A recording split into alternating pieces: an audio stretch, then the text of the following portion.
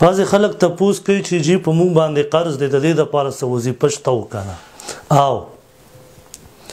په مشکات شریف کې روایت دی 2449 نمبر دی علی رضی الله تعالی عنہ ته یو کس راغی و طرز کوي جی په ما ډیر زیات قرض دی هغه قرض چې زه خلاص نه کړم زه ازادېدی نشم د خپل مولا نه نو ما سره مدد وکړئ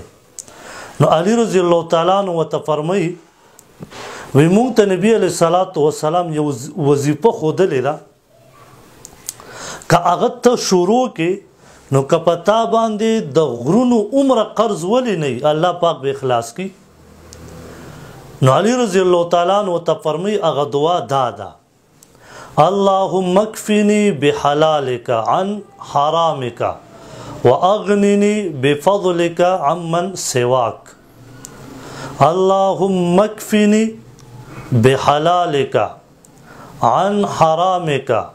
واغننی بفضلک عمن سواک دا دعا حد نه دی معلوم ټیم نه دی معلوم څومره چې ته دا ویلی شي د ورځې څومره ویلی شي د شپې څومره ویلی شي څه ټیمې وایي بس دا وظیفه جوړه کا الله پاک به انشاءالله ستا دا ټول قرض خلاص کړي